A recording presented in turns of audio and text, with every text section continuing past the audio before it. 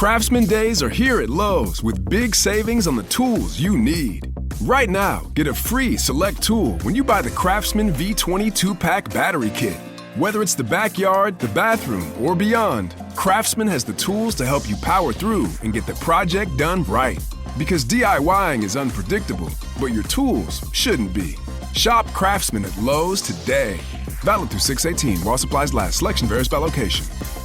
Ready to make a real impact every day? Join the Active Day Home Care team and help clients maintain their independence in the comfort of their own homes. Make a difference in someone's life as you provide essential daily assistance and protect their health and happiness. Earn up to $20 an hour and enjoy additional perks like optional daily pay, 401k, paid time off, ongoing educational training, and more. Join a team that values care, compassion, and your professional growth. Visit activeday.com to apply.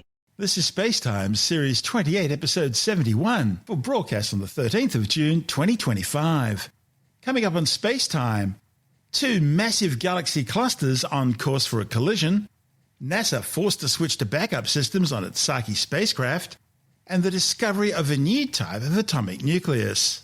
All that and more coming up on SpaceTime. Welcome to SpaceTime with Stuart Gary.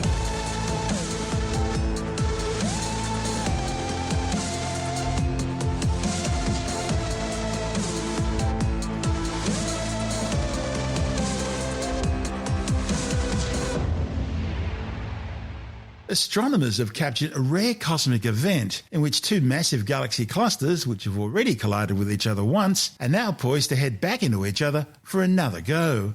Galaxy clusters are some of the largest known structures in the universe. Held together by gravity, they're monster-sized collections of hundreds, sometimes thousands of individual galaxies, as well as massive amounts of superheated gas and, of course, lots of invisible dark matter. The cluster involved in this collision, categorized as PSZ2 G181.06 plus 48.47, is about 2.8 billion light-years away. Previous radio observations by LOFAR, the Low Frequency Array and Antenna Network in the Netherlands, spotted parenthesis-shaped structures on the outskirts of the system. Now, new observations using NASA's Earth-orbiting Chandra and ESA's XMM Newton X-ray space telescopes, combined with LOFAR data and an optical image from the Pan-STARRS telescope, to capture far more detailed images of these spectacular colliding galaxy clusters. The new observations, reported in the Astrophysical Journal, show massive structures, probably shock fronts, similar to those created by jets that have broken the sound barrier, are likely caused by the disruption of gas from the initial collision about 1 billion years ago. Now, since that collision, they've continued travelling outwards and are currently separated by about 11 million light-years. That's the largest separation for these kinds of structures that astronomers have ever seen. And the new data is providing evidence that these 2 clusters are poised for another collision. Having a first pass at ramming each other, the 2 clusters have now slowed down and they've begun heading back for a second crash. Astronomers made a detailed study of the X-ray observations from this collision site, and they found 3 shock fronts. These align with the axis of the collision, and the authors think they're early signs of what's likely to be a second oncoming crash. Astronomers are still trying to determine just how much mass each of the colliding clusters contains. Regardless, the total mass of the system is less than others where galaxy clusters have collided, and that makes this an unusual case for a low-mass system involved in a rare event of colliding galaxy clusters. Something worth looking at. This is SpaceTime. Still to come, NASA switches to backup systems on its Psyche spacecraft, and the discovery of a new type of atomic nucleus. All that and more still to come on SpaceTime.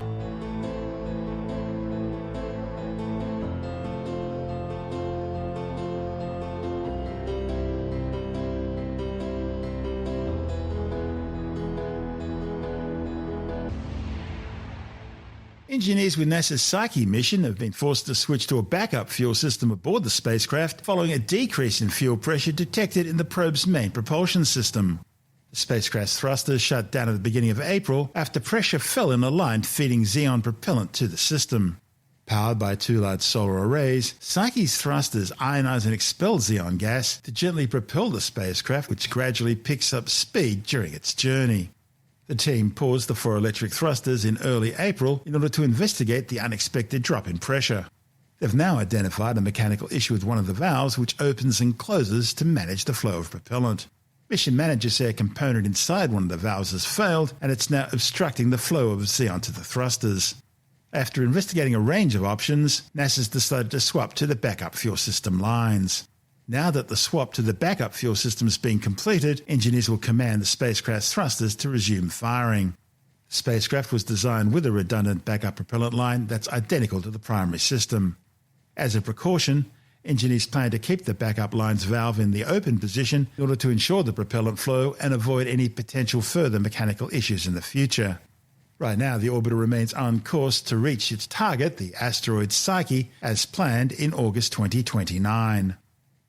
The spacecraft was launched from NASA's Kennedy Space Center in Florida in October 2023, and it's already flown well over 1 billion kilometres. In May next year, Psyche will fly past Mars, using the planet's gravity as a slingshot to help speed the probe towards the metal-rich asteroid it was meant to explore. Located in the main asteroid belt between Mars and Jupiter, 16 Psyche is a large M-type asteroid discovered way back in 1852. It's fascinated astronomers ever since. It's the largest and most massive of the M-type asteroids and one of the dozen most massive known space rocks with a diameter of some 220 kilometres. It was originally thought to be the exposed iron core of a protoplanet, the remnants of a violent collision with another object that stripped off the mantle and crust. But recent observations are casting doubt on that hypothesis. When the Psyche spacecraft reaches the asteroid in 2029, it'll provide a fresh light into the asteroid's origins. The spacecraft will orbit Psyche for 20 months, studying its topography, its surface features, its gravity, magnetism, and its composition. This report from NASA TV. When I was a little kid, I thought I wanted to be an astronomer. And I took a geology class, and there was just something about having a rock in your hand, something you could hold and feel. I thought, we have rocks from outer space. Maybe I'll study those. I study meteorites. I love meteorites. It's like an addiction for me because I love exploring the solar system through understanding these rocks and the places they come from. Life on Earth exists on 2 heat engines. One is the sun, but the other is the heat engine below our feet. It drives the movement of the plates. It drove the differentiation of the planet. We've known for 2 centuries that our core was made of metal, but we haven't been able to explore it. We can't drill a hole that deep. We can't explore with any kind of submersible in the oceans. What we've been looking for years is a metallic asteroid, something that's very dense. Psyche is an asteroid 200 kilometers across, thought to be metal rich. Psyche is our way to explore our own planet. We have meteorites fall to Earth. Some of them are little tiny pieces. Some of them are the size of cars. But compared to Psyche, they're just tiny little specks of dust.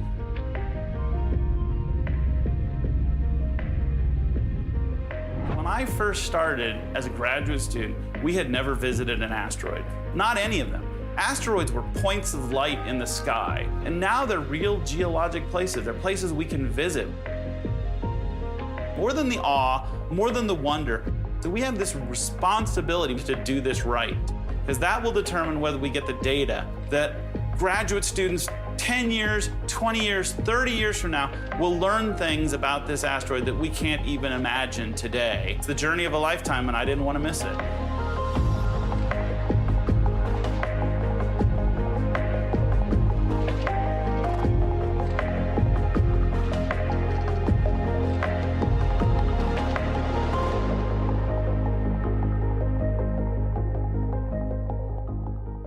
That's NASA's Psyche mission co-investigator Dr. Tim McCoy, who's the curator in charge of the United States National Meteorite Collection at the Smithsonian National Museum of Natural History. This is SpaceTime. Still to come, the discovery of a new type of atomic nucleus. And later in the science report, the latest climate report shows unprecedented ocean warming right across the entire South Pacific. All that and more still to come on SpaceTime.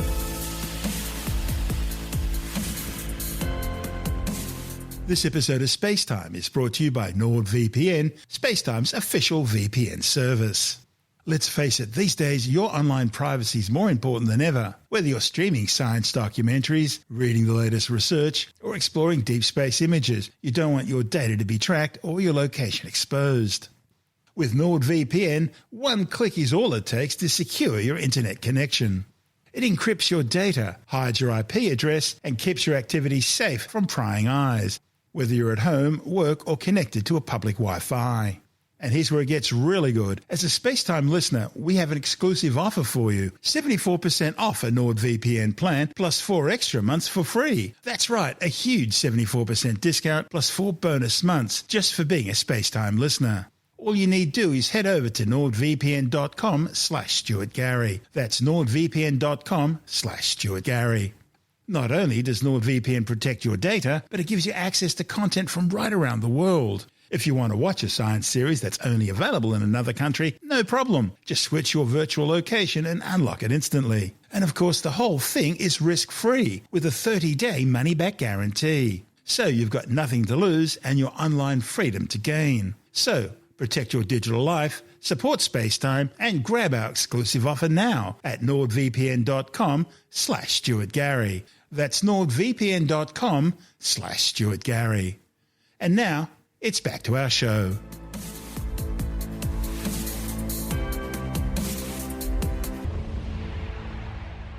For the first time in more than 30 years, the heaviest nucleus decaying through proton emission has been measured. The last similar breakthrough was achieved way back in 1996. The radioactive decay of atomic nuclei has been one of the keystones of nuclear physics ever since the beginning of nuclear research. Now, the heaviest nucleus ever to have decayed through proton emission has been measured in the accelerator laboratory at the University of Jyväskylä in Finland. One of the study's authors, Henrik Cohen, says proton emission is a rare form of radioactive decay in which the nucleus emits a proton rather than a neutron in order to take a step towards stability. The new nucleus is so far the lightest known isotope of astatine-188, consisting of 85 protons and 103 neutrons. Exotic nuclei of this kind are extremely challenging to study due to their short lifespans. They also have low production cross-sections, so very precise techniques are needed. The study's co-author, Kali Oranen, says the nucleus was produced in a fusion-evaporation reaction by irradiating a natural silver target with a strontium-84 ion beam. The authors were then able to study the heavy nuclei.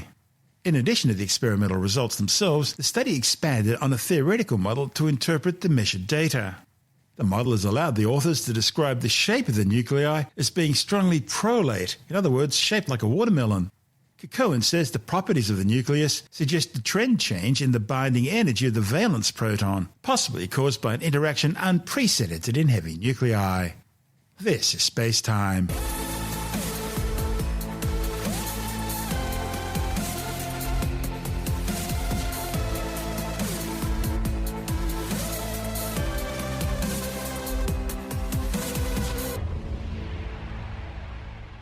And time now to take another brief look at some of the other stories making news in science this week with the Science Report. The latest World Meteorological Organization's Southwest Pacific State of the Climate report has found that unprecedented ocean warming engulfed the region last year, resulting in record-breaking temperatures on both land and sea. The report covers a vast area of the planet, including Australia, New Zealand, the Pacific, and parts of Southeast Asia. It found that marine heat waves stretched for nearly 40 million square kilometres. That's an area 5 times the size of Australia and more than 10% of the global ocean surface area. Extreme rainfall and flooding caused deadly and destructive impacts across the region, with major events in Australia, New Zealand, Fiji, Malaysia, Indonesia and the Philippines, while other parts of the region remained unusually dry. A new study has shown the impact groups of people moving through Papua New Guinea communities have had on the genetic makeup of the indigenous population. The findings, reported in the journal Nature, Ecology and Evolution, are based on ancient DNA of 42 people from PNG dating back some 2,500 years. The authors found that the DNA from the oldest individuals was more Papuan-related, whereas the DNA from people who lived around 2,100 years ago had elements of East Asian DNA. The authors say this suggests that there was a centuries-long delay in people in local communities reproducing with those who arrived from Southeast Asia.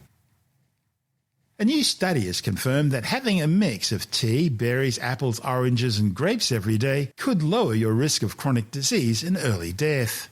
The findings, reported in the journal Nature Food, looked at data from over 124,000 people in the UK Biobank, finding that people who had a diet high in flavonoid-rich foods had a 6 to 20% lower risk of cardiovascular disease, type 2 diabetes, cancer, respiratory disease, and neurodegenerative diseases.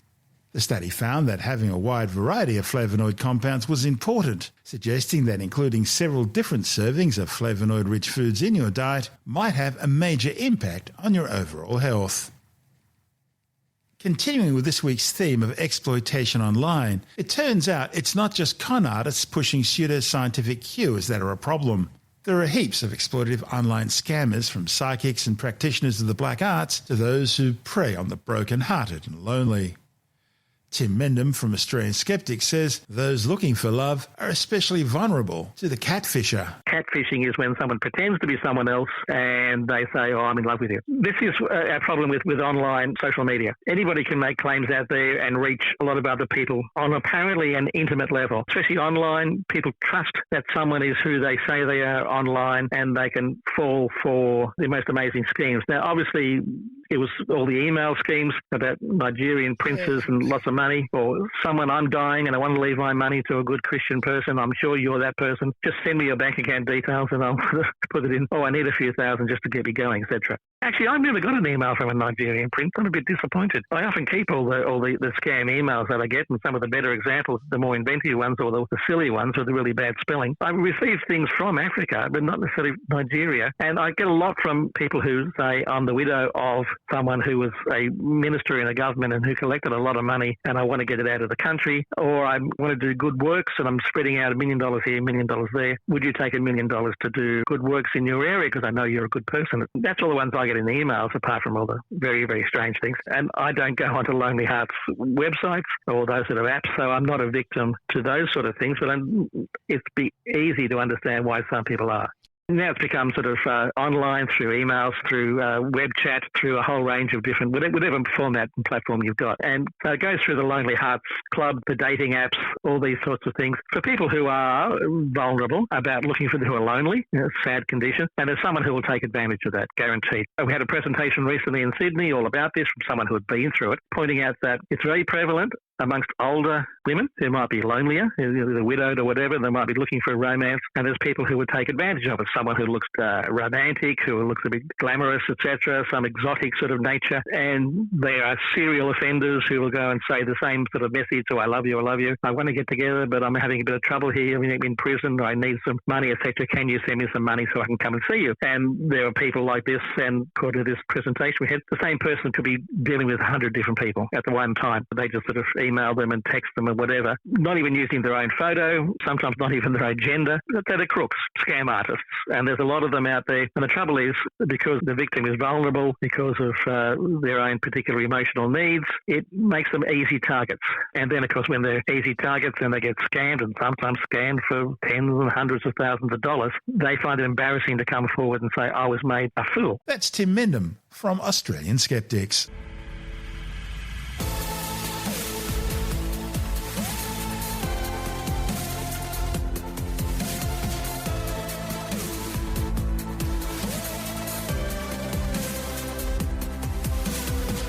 That's the show for now. SpaceTime is available every Monday, Wednesday and Friday through Apple Podcasts, iTunes, Stitcher, Google Podcast, Pocket Casts, Spotify, Acast, Amazon Music, Bytes.com, SoundCloud, YouTube, your favourite podcast download provider, and from SpaceTimeWithStuartGary.com. SpaceTime's also broadcast through the National Science Foundation on Science Zone Radio and on both iHeartRadio and TuneIn Radio. And you can help to support our show by visiting the SpaceTime store for a range of promotional merchandising goodies, or by becoming a SpaceTime patron, which gives you access to triple-episode commercial-free versions of the show, as well as lots of bonus audio content which doesn't go to air, access to our exclusive Facebook group, and other rewards. Just go to SpaceTimeWithStuartGary.com for full details. You've been listening to SpaceTime with Stuart Gary. This has been another quality podcast production from Bytes.com.